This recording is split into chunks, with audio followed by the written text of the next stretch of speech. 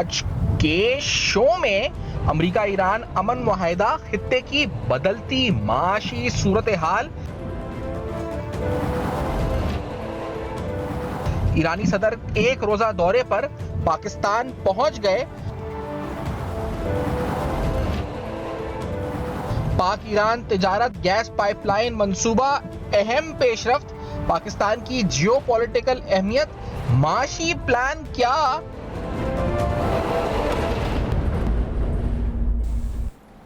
अस्सलाम वालेकुम। बस पर्दा हक़ाइक़ सनसनीखेज़ इंकशाफ़ात प्रोग्राम बेनकाब में हूँ आपके साथ सिफ़ान खान। आज बहुत अहम डेवलपमेंट्स हुई। वज़ीर-ए-आज़म पाकिस्तान ने कुछ अहम नुकात अपने ख़िताब में 2018 के इंतख़ाबात का भी तस्करा किया है, ईरान अमेरिका अमन मुआहिदे का भी तस्करा किया है। ये जो एक आर्ज़ी मुआहिदा है 60 दिन का, इसको मुस्तकिल करने में जो पेचीदगियाँ सामने आएंगी उस पर प्रोग्राम में बात करेंगे। लेकिन आज जो सब में बड़ी अहम तरीन जो जियो पॉलिटिकल और जिसे कहा जाए कि सिग्निफिकेंट डेवलपमेंट है, वो ईरानी सदर का पाकिस्तान का दौरा है।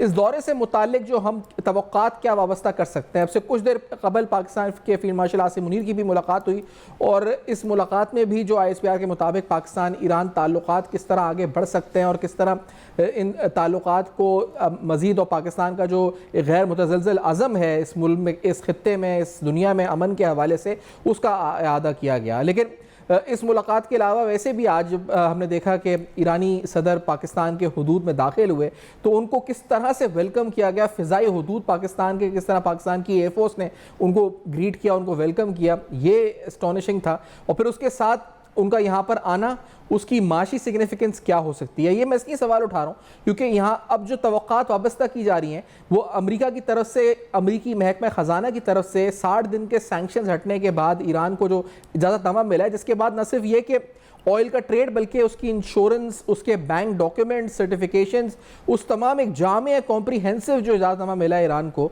उसके बाद इंटरनेशनल मार्केट में और ख़ास तौर पर पाकिस्तान में जो तेल की कीमतें हैं और तेल की जो डिमांड है, उस हवाले से हम क्या तवक्कात कर सकते हैं वाबस्ता। पाकिस्तान की जो नीड्स हैं एनर्जी की, गैस के हवाले से, तेल के हवाले से, ऑयल की जो नीड्स हैं, एनर्जी की जो नीड्स हैं, उन सप्लाईज़ को हम किस तरह ईरान से यूटिलाइज़ कर सकते हैं आफ्टर जो सिग्निफिकेंट डेवलपमेंट हुई है इसके बाद। तो इस दौरे से ये तवक्कात वाबस्ता की जा रही है। बहुत सा ट्रेड है जो कि ग्रे चैनल्स के ज़रिए, यानी इलीगल स्मगलिंग चैनल्स के ज़रिए ऑलरेडी पाकिस्तान और ईरान, यानी ईरान से अशिया आती हैं पाकिस्तान, लेकिन इसको ऑफिशियली बाकायदा जो लीगल चैनल्स के थ्रू इस ट्रेड को लेकर आना हमारी तरजीह होनी चाहिए ताकि हमारी इकॉनमी भी डॉक्यूमेंट हो यकीनी तौर पर, और वो आवाम जो सस्ती अशिया से मुस्तफ़ीद हो रही है उससे हमारी मईशत भी मुस्तफ़ीद हो, मजमूई तौर पर मुल्क जो है वो उसके इस्तेहकाम के हवाले से ये किरदार अदा करे।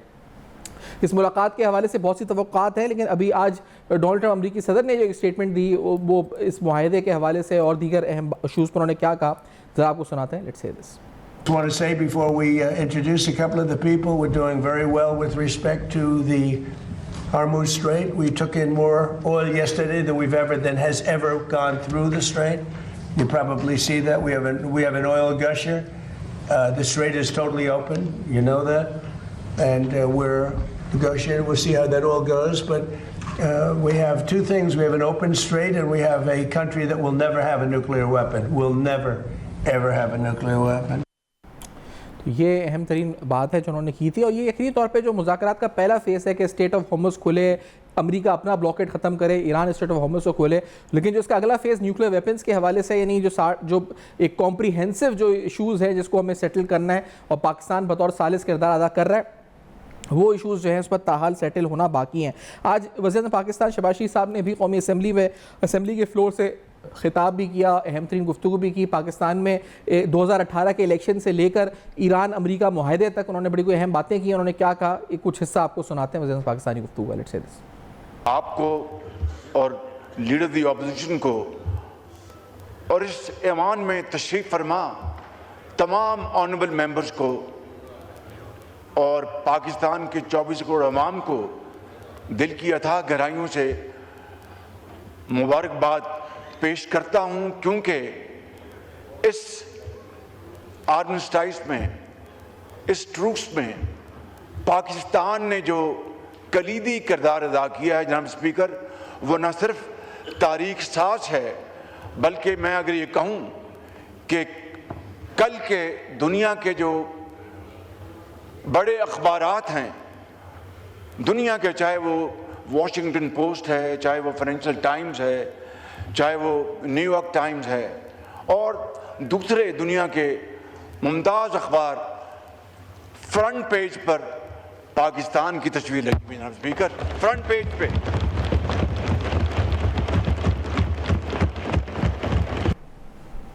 तो आपने सुना वज़ीर पाकिस्तान की गुफ्तगू। ये आज का दौरा जो है ईरानी सदर का पाकिस्तान का, ये दौरा कितनी अहमियत का हामिल है। मेजर नदीम साहब प्रोग्राम में साथ मौजूद है। मेजर नदीम शेख साहब सीनियर तज़ा निगार हैं। सर प्रोग्राम बहुत शुक्रिया, आपने स्टूडियोज़ में हमें ज्वाइन किया है। ब्रिगेडियर टिप्पू सुल्तान साहब भी प्रोग्राम में साथ होंगे, हमारे साथ AVM एजाज महमूद साहब भी प्रोग्राम में साथ होंगे कुछ ही देर में जो हमें ज्वाइन करके। नदीम साहब ये फरमाएं कि आज इस दौरे को आप कैसी इसकी सिग्निफिकेंस देखते हैं इसकी, और ख़ास तौर पर जो हमारे माशी ताल्लुकात हैं उस हवाले से ये दौरा कितनी अहमियत का हामिल है। देखिए, इस दौरे के बहुत ज़्यादा दूरस नताइज होने वाले हैं और ये दौरा जो है आप देखें कि ये बहुत सारी डायमेंशन पाकिस्तान के लिए ओपन कर रहा है, क्योंकि ये शुक्रिया अदा करने आ रहे हैं पाकिस्तान का, और इसके साथ ही अब पाकिस्तान के जो ताल्लुकात ईरान के साथ होंगे वो स्ट्रेटजिक, इकनॉमिक और सोशल डायमेंशंस के अंदर इंशाल्लाह ताला आप देखेंगे। जैसे आपने इकनॉमिक्स की भी बात की, तो पाकिस्तान की जो इक़्तिसादियात है वो इस ईरान के साथ बहुत ज़्यादा वाबस्ता है और होगी इंशाल्लाह, क्योंकि आपने देखा कि पाकिस्तान का एक इनके साथ प्रोजेक्ट है Iran Pakistan gas pipeline. Pakistan को सबसे ज़्यादा इस वक्त दुश्वारी है गैस की, क्योंकि गैस आप कतर से लेते हैं, LNG बहुत टाइम लगता है, बहुत सारे मसले होते हैं, ट्रांसपोर्ट है। अगर ये पाइपलाइन बन जाती है तो आपको इंस्टेंटली गैस अवेलेबल होगी। इसी तरह आपने बताया कि जैसे पेट्रोल है, पेट्रोल पाकिस्तान सऊदी अरब से ही लेता है, तो मैं नहीं समझता कि वो ईरान से कोई फ्यूचर में उसका इतना आसान होगा, क्योंकि पाकिस्तान सऊदी अरब से डेफर्ड पेमेंट पे लेता है और वो पाकिस्तान को फैसिलिटेट करते हैं पेमेंट के अंदर। तो पेट्रोल हमारा जो है, जो बाकी जो एनर्जी है वो मैं समझता हूँ कि सऊदी अरब से ही आएगी। इसके अलावा जो सोशल हैं वो आपको पता ही है कि हमारे उनके साथ किस तरह से जो है वो रिवायती जो ताल्लुकात हैं जो आवाम के हैं, और ख़ास तौर पर उनके यहाँ जिस तरह की ज़ियारतें हैं और हमारे जो लोग यहाँ से जाते हैं, तो ये आपस में जो टूरिज़म है हमारा आपस में, और पीपल टू पीपल जो कांटेक्ट है वो मैं समझता हूँ कि सोशल कांटेक्ट इंशाल्लाह ताला वो बहुत बढ़ेंगे और दोनों मुल्क एक दूसरे के बहुत ज़्यादा करीब आएंगे। तो इंशाल्लाह आप देखेंगे स्ट्रेटेजिक ताल्लुकात के लिए ये है कि देखें आपकी जो उनकी चाह बाहर की पोर्ट है वो मैं अब समझता हूँ कि वो शायद अब वो इंडिया को नहीं देंगे। अच्छा, ये इस पूरे आज की जो अभी तक की डेवलपमेंट्स हैं इसमें ईरान पाकिस्तान गैस पाइपलाइन भी अहमियत का हामिल मनसूबा है पाकिस्तानी गैस नीड्स के हवाले से। इन सैंक्शन के लिफ्ट होने का फ़ायदा हम इससे भी मुस्तफ़िद हो सकते हैं। सबसे बड़ा फ़ायदा तो यही है, सबसे बड़ा फ़ायदा ये है। लेकिन मैंने जैसे बताया कि दूसरा फ़ायदा ये भी है कि पाकिस्तान की जो ये अब बॉर्डर है ये पाकिस्तान के लिए काफ़ी बेनिफिशियल होगी।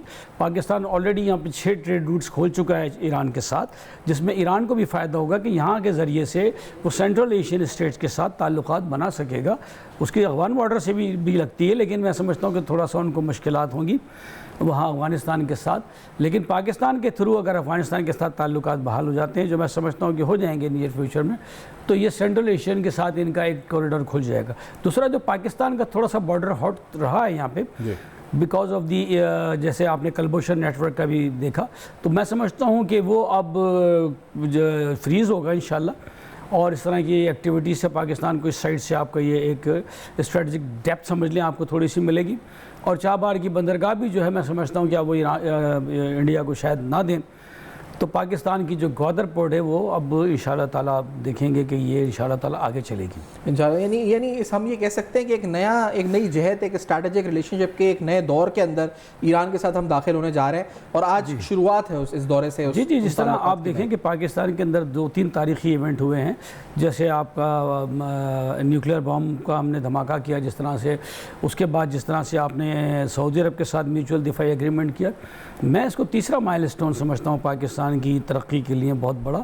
CPEC के बाद ये आप चौथा इसको कह लें कि ये इंशाल्लाह ताला ये कॉरिडोर जब खुलेगा तो आप देखेंगे कि पाकिस्तान को बहुत ज़्यादा माशी फ़ायदे मिलेंगे, पाकिस्तान की आवाम को बहुत ज़्यादा फ़ायदे मिलेंगे, हमारा कल्चर, हमारा बहुत सारी चीज़ें हमारी कॉमन है। ऑलरेडी हमारा जो काफ़ी एक सब्सटैंशियल ट्रेड जो हो रहा है वॉल्यूम, वो इलीगल और ग्रे चैनल्स के थ्रू हो रहा है with Iran from this border. देखिए, लेकिन वो बहुत थोड़ी क्वांटिटी में, मिसाल के तौर पर आप जैसे कहते हैं कि ये जो स्मगलिंग हो रही है पेट्रोल की है, वो जितनी एक दिन में हो, जो पूरे महीने में होती है, अगर वो लीगल हो जाए तो वो एक दिन के अंदर वो एक दिन में होगी, क्योंकि वो ऑयल टैंकर्स के ज़रिए, माल गाड़ियों के ज़रिए, ठीक है, तो ये बहुत ज़्यादा वॉल्यूम हो सकता है। और गैस पाइपलाइन आपकी हो जाती है और आगे जाके ये गैस पाइपलाइन का फर्दर हो सकता है इंडिया भी इसमें शामिल हो जाए। पहले इंडिया इसमें शामिल होना चाह रहा था, लेकिन बाद में शायद वो इससे हट गया।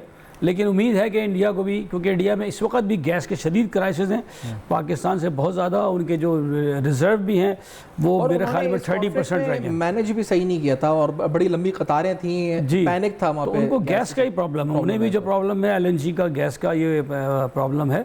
तो मैं समझता हूँ कि पाकिस्तान के लिए ये बहुत बड़ा एक इवेंट है, और पाकिस्तान को जिस तरह से इकनॉमिक मसाइल दरपेश हैं उसमें ये बहुत बड़ा हमें माऊन साबित होगा। सऊदी अरब ऑलरेडी आपके साथ आ चुका है, इंशाल्लाह वो भी आगे बढ़ेगा। और आप देखें कि ये दोनों ममालिक में कुछ इख्तलाफात भी थे, वो भी ख़त्म करने में मदद मिलेगी। और ये इस एरिया के अंदर पाकिस्तान का इन्फ्लुएंस ऑलरेडी हो चुका है, और यही एक मसला था इस ईरान का और सऊदी अरब का भी थोड़ा सा था कुछ, तो वो भी इंशाल्लाह अब वो ख़त्म हो गया। तो मैं समझता हूँ कि ये सिर्फ ईरान और पाकिस्तान नहीं, बल्कि अगर हम इसको बड़ी पिक्चर में देखें कैनवस पे, तो उसमें इजिप्ट, तुर्की, पाकिस्तान, सऊदी अरब, ईरान, ये पूरा एक नया एक ब्लॉक जिसको हम रेप्लिकेट कर सकते हैं विद द यूरोपियन यूनियन। इस तरह का एक आपको लगता है कि ये नजर आ रहा है, जो ऑलरेडी एक कोऑर्डिनेटर मीटिंग भी हुई वहाँ पे। इसको मिडिल पावर ब्लॉक आप कह सकते हैं। मिडिल, मैं इसको मिडिल पावर प्लस कहता हूँ, क्योंकि पाकिस्तान में मिडिल पावर नहीं, हाँ पाकिस्तान में मिडिल पावर नहीं है। पाकिस्तान, तुर्की हो सकता है मिडिल पावर, लेकिन पाकिस्तान मिडिल पावर प्लस है, बिकॉज हम 9th नंबर पे खड़े हुए हैं दुनिया के अंदर, न्यूक्लियर पावर हैं। फिर हमारे पास उसके डिलीवरी मीन्स हैं, जिधर भी चाहें हम भी, हमारे रिएक्टर जो हैं वी कैन डिलीवर इंडिया के एवरी नूक एंड कॉर्नर, ठीक है। और दुनिया में किसी भी मुल्क को अल्हम्दुलिल्लाह, इसराइल ख़ासतौर पे, जो हमारे ऑब्जेक्टिव समझ लें या कह लें कि जो जिनसे हमें ख़तरा है जी, तो वो हम इजीली कर सकते हैं। तो पाकिस्तान इस वक्त ये पूरा ग्रुप जो आपने बात की है, बहुत बड़ा ब्लॉक ऑलरेडी बन चुका है।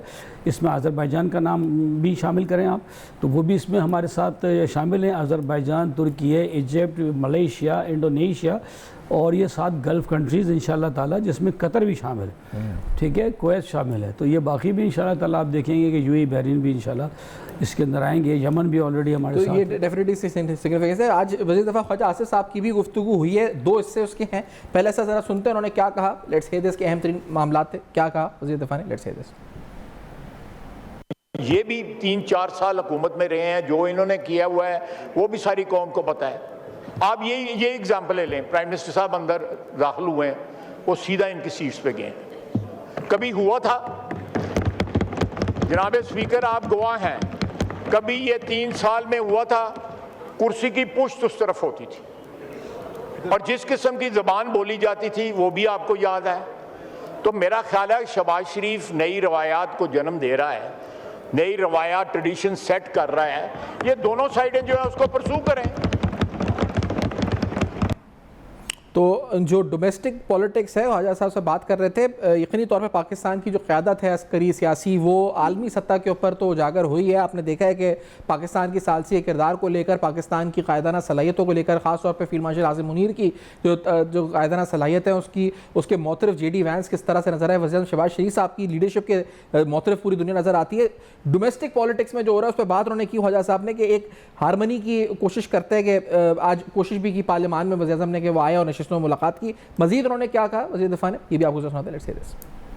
दूसरी मैं बात करना चाहता हूं कि ये कॉन्ट्रैक्ट्स जो है over last almost 25 to 30 years जो है नेगोशिएट हुए। अगर ये गुनाह है तो इसमें सारी की सारी हुकूमतें शामिल हैं, बशमूल PTI के।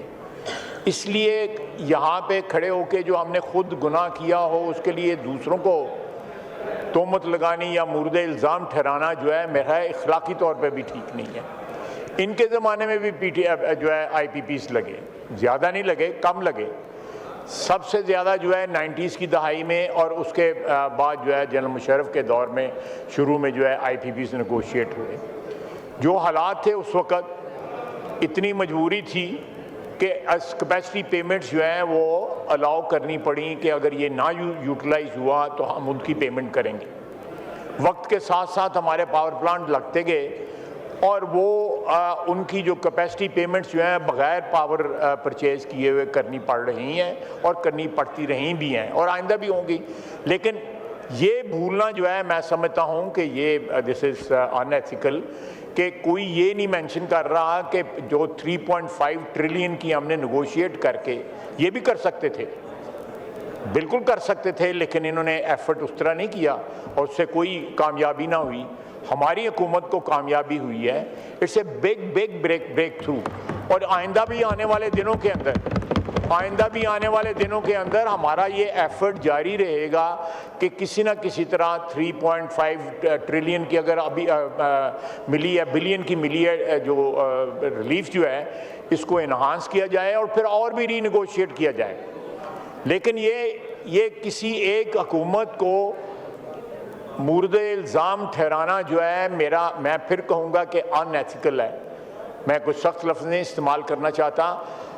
अगर ये उस गुनाह में शामिल नहीं है तो बता दें, ये भी उस गुनाह में शामिल है।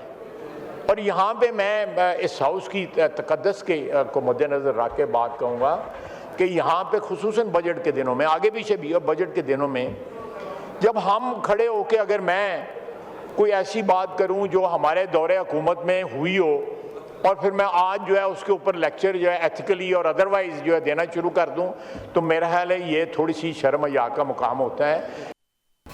अच्छा, ये रिफ्लेक्ट कर रहे थे आईपीपी कॉन्ट्रैक्ट्स पर। अच्छा, दिखाने का और सुनने का इसको मकसद ये था कि जो हमारे पॉलिसी डिसीजन या पॉलिसी चॉइसेस होते हैं, जब हमारे सी पैक के मामलात या चाइना के साथ मामलात हों, और आज अगर हम ये कह रहे हैं कि एक विंडो ऑफ अपॉर्चुनिटी है ईरान के साथ हमारे लिए या ग्लोबल ट्रेड के अंदर, तो we have to make the right policy decisions. और जो हमारी अपनी मईशत के स्ट्रक्चरल फ्लॉज हैं, we have to address them, और उसके बाद ही शायद हम पूरी तरह मुस्तफ़ीद हो सकें, या जैसे कहा जाए माशी तौर पे मुस्तफ़ीद हो सकें, अपनी स्ट्रैटेजिक रेलेवेंस को मोनेटाइज कर सकें। लेकिन इस पे जो ब्रिगेडियर टीपू सुल्तान साहब भी प्रोग्राम में हमें साथ मौजूद हैं, दिफाई तज़निगार हैं, अहम सीनियर तज़निगार हैं, उनसे जानते हैं कि इस दौरे को वो किस तरह देखते हैं। टीपू सुल्तान साहब, बहुत खुशामदीद कहेंगे आपको प्रोग्राम में।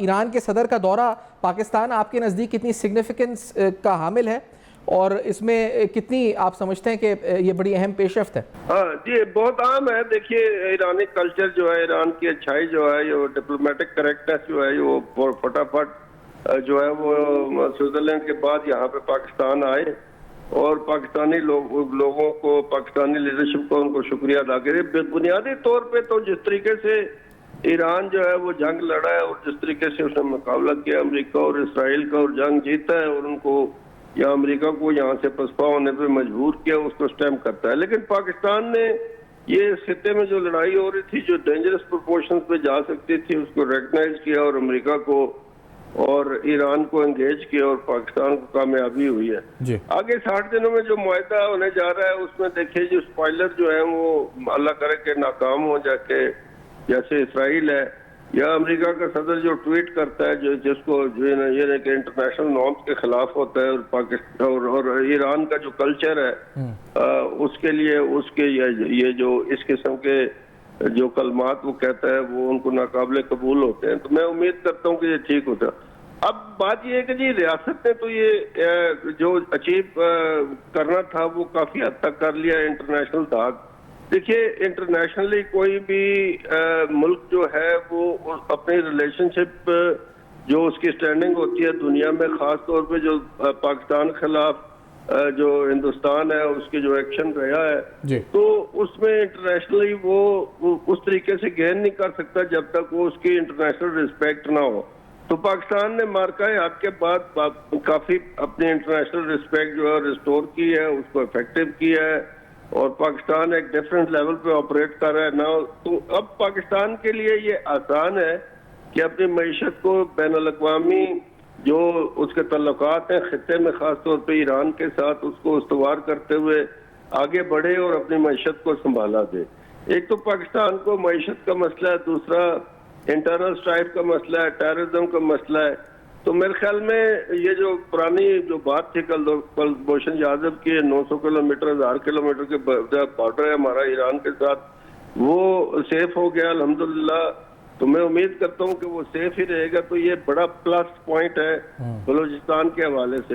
नहीं, लेकिन माशी तौर पे ब्रिगेडियर साहब ये बताएंगे, अभी हमने आज सुना कि वजीर दिफा ने और जब तनकीद का जवाब दिया जो हमने IPPs के मुआहदे हैं या इससे पहले जो बिजली के कॉन्ट्रैक्ट्स हैं उस पर, तो हमारे जो पॉलिसी चॉइसेस या पॉलिसी डिसीजन होते हैं उनको फिर बाद में तनकीद का निशाना बनाया जाता है।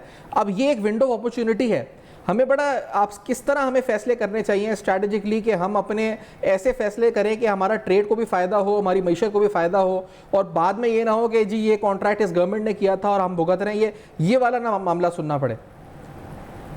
देखिए, पाकिस्तान के अंदर बस बदकिस्मती से जो हुकूमतें बनती और बिगड़ती रही हैं, उसके अंदर उनको बैन अवी अप्रूवल जो है उसकी ज़रूरत होने के लिए या लेजिटिमेसी कायम करने के लिए हमने अपने वाइटल इंटरेस्ट जो है उनको कुर्बान किया, जिसमें एक चीन के साथ जो हमारा इकोनॉमिक एक्स्ट्रावेगेंजा था CPEC का, उसको वो स्लो हो गया और उस तरीके से वो डेवलप नहीं हुआ। पाकिस्तान वो उसके गवादर के और इसके कनेक्टिविटी के बेनिफिट जो है वो अक्रू नहीं कर सका।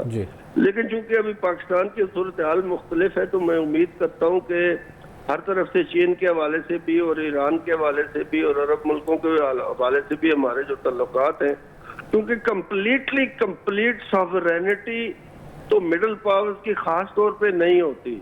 दे have to make space for themselves. तो पाकिस्तान में खास तौर पे फील्ड मार्शल ने जो स्पेस क्रिएट की है पाकिस्तान के लिए, क्योंकि ये बाकी तो जो जमातें, पॉलिटिकल जमातें जो हैं वो हुकूमत में जो है वो 40-50 साल से हुकूमत में है ही, तो उसमें फर्क क्या है? फर्क डाला है फील्ड मार्शल ने। और फील्ड मार्शल ने जो स्पेस आपके लिए क्रिएट की है, उस स्पेस का पाकिस्तान को ट्रांसलेशन करनी चाहिए। उसकी एक तो टेररिज्म कम करके, हिंदुस्तान को आइसोलेट करके, और दूसरा जो है वो मईशत को संभाला दे कि आप गैस पाइपलाइन लगाए, आप कनेक्टिविटी लगाए, क्योंकि यूरेशिया में जो कनेक्टिविटी है पाकिस्तान, ईरान और तुर्की के थ्रू, वो ऊपर स्टेपे से नहीं हो सकती सेंट्रल एशिया से, वो क्योंकि रास्ते में कैस्पियन सी आ जाता है, फिर ब्लैक सी आ जाता है, आगे वॉर जोन भी है ईस्ट यूरोप वगैरह में। तो मेरे ख्याल में इस वक्त जो जियोग्राफिक रियलिटी है और इक्वेशन नई जो बनने जा रही है, उसमें जो महल्ले वकू है ईरान का, तुर्की का, पाकिस्तान का, ये बहुत ही कलीदी अहमियत। लेकिन सर ये आपने दुरुस्त कहा कि हमारी जो फील्ड मार्शल की कायदाना सलाहियतों के बाद जो एक विंडो बनी है स्ट्रैटेजिक हमारे लिए, उसको कैपिटलाइज करने के लिए we need a plan, we need a team professional जो इसको एब्सोल्युटली ना, कि वो बात ये कि हम अगर अपने ये सियासी मसलों मसाइल और ये जो हमारे अगर अनफॉर्चुनेटली जो इनकॉम्पिटेंस है उसकी बुनियाद पे चलेंगे, तो हमारे पास ना कोई प्लान है ना कोई टीम है टू बेसिकली यूटिलाइज। अच्छा, AVM साहब भी साथ हैं, एजाज महमूद साहब, उनको भी खुशामदीद हम कहते हैं प्रोग्राम में, लेकिन we have to take a break, जिसके बाद वापस आते हैं। हमारे साथ रहेगा बेनकाब।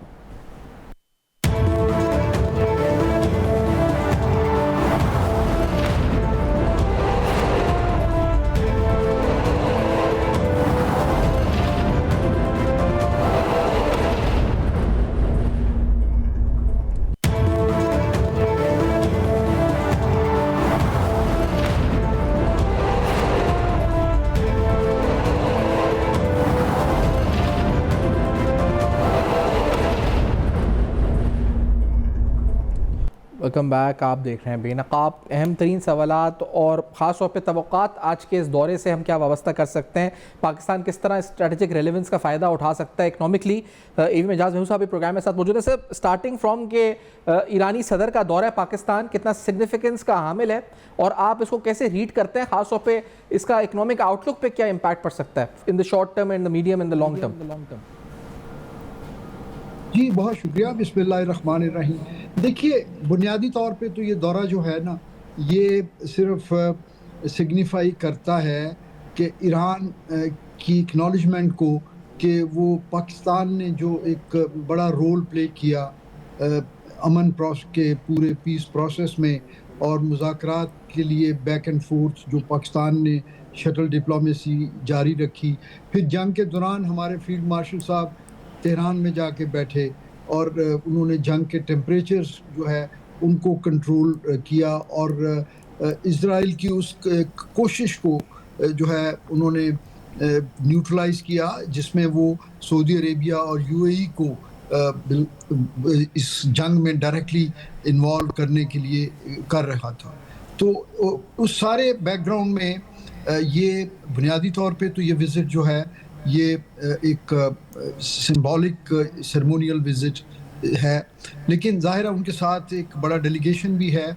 तो अब जबकि ईरान के ऊपर से पाबंदियां हट गई हैं, ईरान अपनी इकोनॉमिक मेन स्ट्रीमिंग के लिए जब ईरान रीजन में और बियॉन्ड रीजन जब ईरान ट्रेड करना चाहेगा, तो पाकिस्तान उसमें एक बड़ा की बेनिफिशरी हो सकता है। सही। और यकीनन उस एतबार से अगर इस दौरे में कोई ऐसी फॉर्मल इसकी अनाउंसमेंट ना भी हो, तो ये एक फाउंडेशन स्टोन ज़रूर समझा जाना चाहिए कि उन शानदार पोटेंशियल्स को इनकैश करने का जो दोनों हमसाया ममालिक के दरमियान मौजूद हैं। बदकिस्मती से पिछली दहाइयों में हमारे ताल्लुकात जो हैं वो इतने काबिल रश्क नहीं रहे। भारतीय इंटेलिजेंस एजेंसी मोसाद की तेहरान में मौजूदगी ने आहिस्ता आहिस्ता पाकिस्तान की वहाँ वो स्पेस कर्टेल कर दी थी जो हमें आरसीडी के ज़माने में या 60s में हमें होती थी रेवोल्यूशन से पहले। होना तो ये चाहिए था कि रेवोल्यूशन के बाद हमारे ताल्लुकात में मज़ीद बेहतरी आती, क्योंकि पाकिस्तान एक ब्रादर हमसाया इस्लामी मुल्क के साथ हमारे ताल्लुकात तो वैसे ही बहुत अच्छे होने चाहिए, लेकिन आइडियोलॉजिकली जिस सेक्ट को ईरान मेजॉरिटी प्रैक्टिस करते हैं, पाकिस्तान में भी उसे बड़े एहतराम से देखा जाता है। और हमारे अपने यहाँ एक पॉपुलेशन का एक बड़ा साइजेबल जो है पोर्शन वो उनके दिल ईरान के साथ धड़कते हैं आइडियोलॉजी के एतबार से अगर देखा जाए तो। लेकिन बदकिस्मती से भारत ने हमें उस अपॉर्चुनिटी से दूर रखा और शायद उसमें हमारी अपनी भी पॉलिसी में कोई जो है प्रॉब्लम हो सकता है, क्योंकि हमारी हम इसी प्रॉब्लम पे बात एजाज साहब कर रहे थे। मैं नदी साहब का भी ओपिनियन चाहूँगा, जो टीपू सुल्तान साहब ने बात भी की कि एक बड़ी विंडो स्ट्रेटेजिक जो हमारी एक विंडो क्रिएट की है फील्ड मार्शल आसिम मुनीर की क़यादत में जो हुई है, उसको टैप करने के लिए, उसको यूटिलाइज़ करने के लिए हमें एक प्रोफेशनल टीम भी चाहिए to tap on that, to utilise that, to capitalise that. और एक प्लान चाहिए ना, एक प्लान ऑफ एक्शन चाहिए। ये सिर्फ बातों से तकारीर से तो नहीं मेरे ख्याल से हो सकता ये सब कुछ। देखिए, प्लान्स और कंटीजेंसीज तो गवर्नमेंट के पास हमेशा होती हैं जी, और ख़ास तौर पे हमारा जो इदारा है उसके अंदर तो इस तरह की कॉन्टीजेंसीज और ऑप्शंस हमेशा अवेलेबल रहते हैं कि इन केस अगर ऐसे हुआ तो क्या होगा, इन केस ऐसे होगा। फिर आप देखें कि SIFC ऑलरेडी काम कर रही है इन सारी चीज़ों की, एक प्लेटफॉर्म अवेलेबल है। जी, एक प्लेटफॉर्म अवेलेबल है, ठीक है। और बोर्ड ऑफ इन्वेस्टमेंट्स भी हैं आपका, जो फेडरल भी है और प्रोविंशियल्स भी हैं चारों। लेकिन SIFC इन सब के ऊपर, और मुझे उम्मीद है कि शायद अब मर्ज हो जाएंगे। तो ये जो आपकी बात है कि यहाँ पे जो स्ट्रेटजिक और इकोनॉमिक बेनिफिट्स जो हम ईरान से हमें मिलेंगे वो इंशाल्लाह ताला we will try to get it maximum utmost, इंशाल्लाह ताला हम उसको हासिल कर सकेंगे। देखिए, सबसे बड़ा बेनिफिट तो ये पाइपलाइन का प्रोजेक्ट ऑलरेडी इंक हुआ है। हमने सिर्फ हमारी साइड की वजह से रुका हुआ था क्योंकि उन पर सैंक्शंस थी।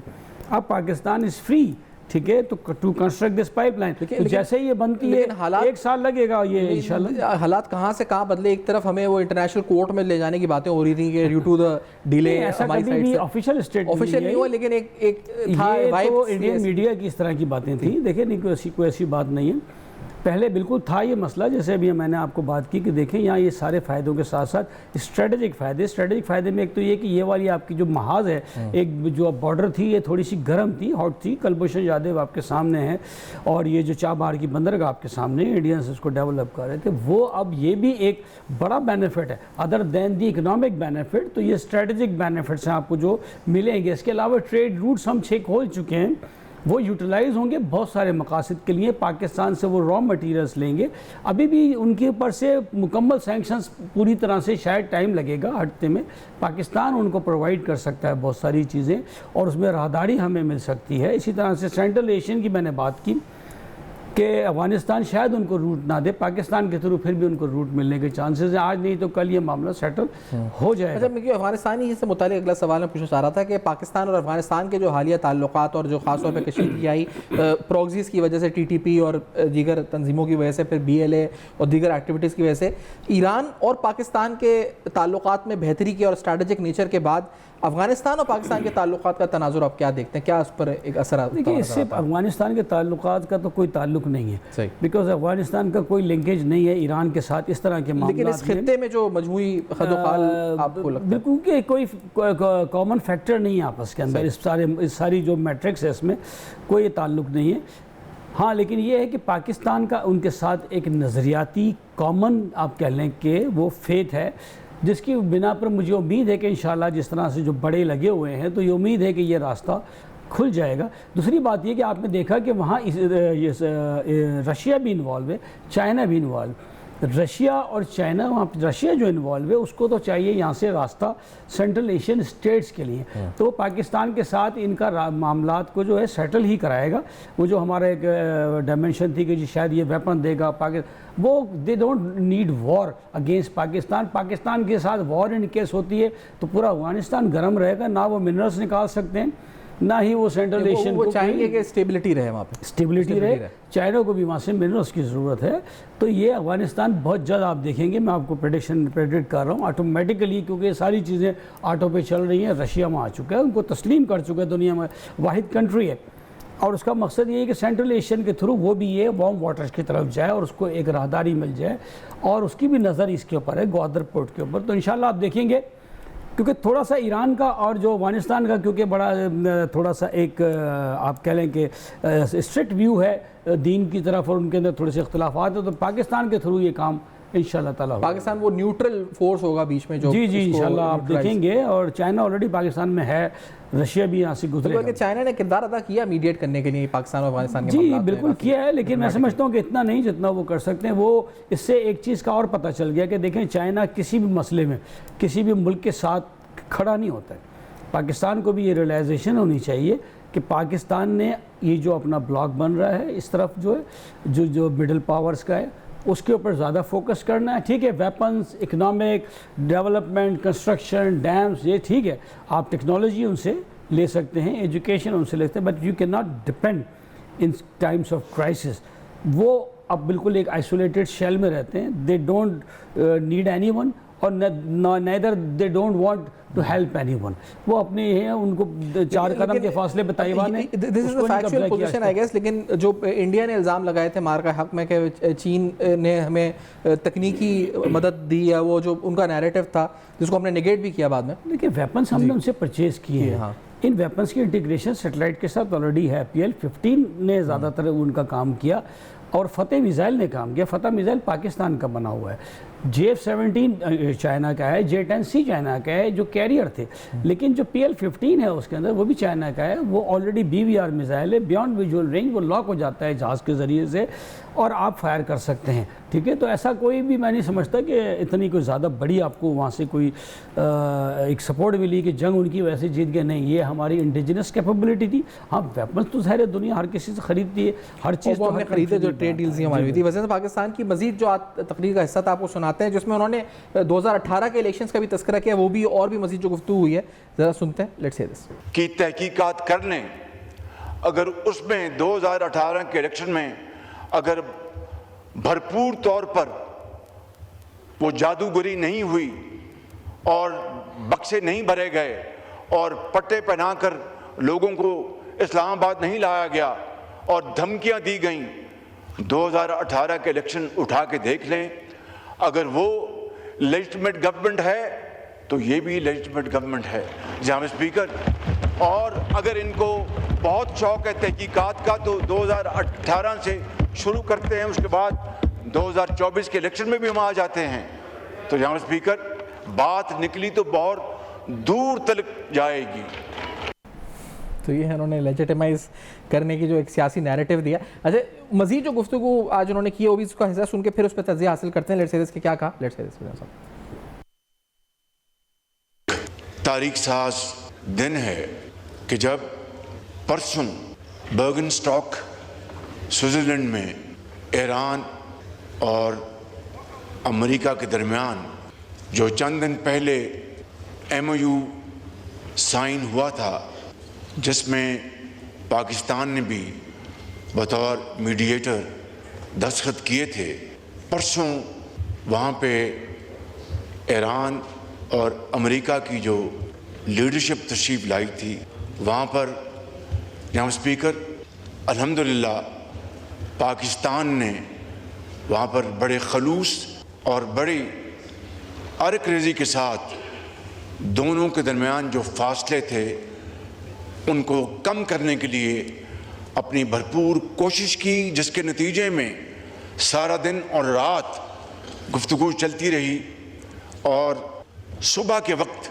तकरीबन 2:30-3 बजे जाके एक जॉइंट स्टेटमेंट वहाँ पर तैयार किया गया, जिनको तमाम पार्टीज़ ने उसके ऊपर तौसीक की। और आज अल्हम्दुलिल्लाह अल्लाह ताला के फजल करम से अमेरिका और ईरान के दरमियान न सिर्फ जंग बंदी हो चुकी है, बल्कि अगले 60 दिन में जबकि टेक्निकल नेगोशिएशन होंगी और दूसरे मामलात के ऊपर, चाहे वो जौहरी असासे हैं, चाहे वो बैलिस्टिक मिसाइल्स हैं, चाहे उनके जो फ्रोज़न एसेट्स हैं, उनके ऊपर गुफ्तगू होगी। और पूरी उम्मीद है इंशाअल्लाह अल्लाह ताला के फजल से कि ये MOU इंशाअल्लाह 60 दिनों के अंदर एक लॉन्ग लास्टिंग एग्रीमेंट होगा, जबकि दुनिया में अमन कायम होगा। तो जनाब स्पीकर, मैं आज आपको और लीडर दी अपोजिशन को और इस ऐवान में तशरीफ़ फरमा तमाम ऑनरेबल मेंबर्स को और पाकिस्तान के 24 करोड़ अवाम को दिल की अथाह गहराइयों से मुबारकबाद पेश करता हूँ, क्योंकि इस आर्मिस्टाइज में, इस ट्रूस में पाकिस्तान ने जो कलीदी किरदार अदा किया है जनाब स्पीकर, कौम को भी मुबारकबाद दी और तमाम जो पार्लियामेंटेरियंस थे उनको भी मुबारकबाद दी, क़यादत को मुबारकबाद दी। एजाज साहब आपसे पहले पूछना चाहूँगा, पहले तो उन्होंने 2018 के इलेक्शन से बात की कि वो लेजिटिमाइज़ नहीं थे, तो ये भी लेजिटिमाइज़, या ये लेजिटिमाइज़ नहीं तो वो भी लेजिटिमाइज़ नहीं थे, उस पर भी कमेंट कीजिएगा। फिर दूसरा, जो कल हमने देखे स्विट्ज़रलैंड में मनाजिर भी देखे, फिर जिसका जिक्र वज़ीर साहब ने किया, तो पाकिस्तान एक्टिव था, जिसे कहा जाए कि हमारी क़यादत जो थी वो पूरी तरह इन्वॉल्व थी और ईरान की क़यादत को मनाने में या JD वैंस जो है इस वक्त माबैन ताल्लुकात को बेहतर करने में। वो कैसे मनाजिर आपने देखे, कैसे आपने रीड किया इन दोनों चीज़ों को? जहाँ तक वज़ीर आज़म साहब का आज इलेक्शन के हवाले से बात करना, अगरचे पॉलिटिकल एनालिसिस जो है वो मेरा सब्जेक्ट नहीं है, लेकिन एक शहरी की हैसियत से यकीनन मैं कमेंट कर सकता हूँ, तारीख़ के तालिब इल्म की हैसियत से, कि पाकिस्तान की तारीख़ में सिर्फ़ एक इलेक्शन ऐसे हैं जो गैर मुतनाज़ थे, वो 1970 के इलेक्शन थे। और बदकिस्मती से हमारे पॉलिटिशियंस ने, ख़ास तौर पे मगरबी पाकिस्तान के पॉलिटिशियंस ने उस वक्त अपोजिशन में बैठना मंजूर ना किया और फिर उन नताइज को ही तस्लीम नहीं किया गया और उसके नतीजे में हमारा मुल्क दो लख्त हो गया। उसके बाद आज तक जितने भी इलेक्शन हुए हैं, 2018 या 2024 क्यों, 1985 से लेके आज तक जितने इलेक्शन हुए हैं, कभी भी हारने वाली किसी पार्टी ने या पार्टीज़ ने उनके नताइज को तस्लीम नहीं किया। हमेशा हमारे यहाँ सिर्फ जीतने वाली पार्टी जो है वो ये कहती है कि इलेक्शन शफाफ हुए और क्रेडिबल थे, लेकिन हारने वाली तमाम पार्टीज़ वो जो इस बात से कतई नज़र कि उनको अवामी सपोर्ट कितनी होती है या उनकी पॉलिटिकल जो लेगेसी क्या है, छोटी छोटी पार्टियां भी वो भी ये क्लेम करती हैं कि इलेक्शन जो हैं वो मैनिपुलेट हुए हैं। तो इसलिए जो है ये इस चीज़ के ऊपर अगर कमेंट ना किए जाएं और हम आज के मेन मौजू की तरफ ही रहें, जहाँ तक मैं समझता हूँ, तो उसकी तरफ वापस आते हुए यकीनन पाकिस्तान की काविशें जो हैं वो इन फ्रंट ऑफ कैमरास और बिहाइंड द सीन पाकिस्तान की काविशें शानदार रही हैं। ख़ास तौर पे जो सबसे ज़्यादा क्रेडिबल और मुबारकबाद के मुस्तहिक हैं वो हमारे फील्ड मार्शल साहब हैं, जिन्होंने बिल्कुल जंग के दरमियान वो वॉर थिएटर में खुद गए, जो कि शायद एक मिलिट्री हिस्ट्री में इस चीज़ की कोई एग्जाम्पल भी ना हो कि एक कितने सीनियर मिलिट्री लीडर जो हैं वो मिलिट्री लीडर और एज अ डिप्लोमेट जो दूसरे मुल्क के अमरीकी रियासत है कि ही डिप्लोमेट के तौर पे भी उन्होंने अपने आप का लोहा मनवाया उन्होंने। जी बिल्कुल। और इसी वजह से, और ये सारा तसलसल है मार्का हक में हमारी शानदार कामयाबी का। उसके बाद हमने डिप्लोमेटिक ऑफेंसिव जो है वो लॉन्च किया और उसके नतीजे में हमें दुनिया के कैपिटल्स में और बिलखुसूस अमेरिका में हमें जो पजीराई मिली।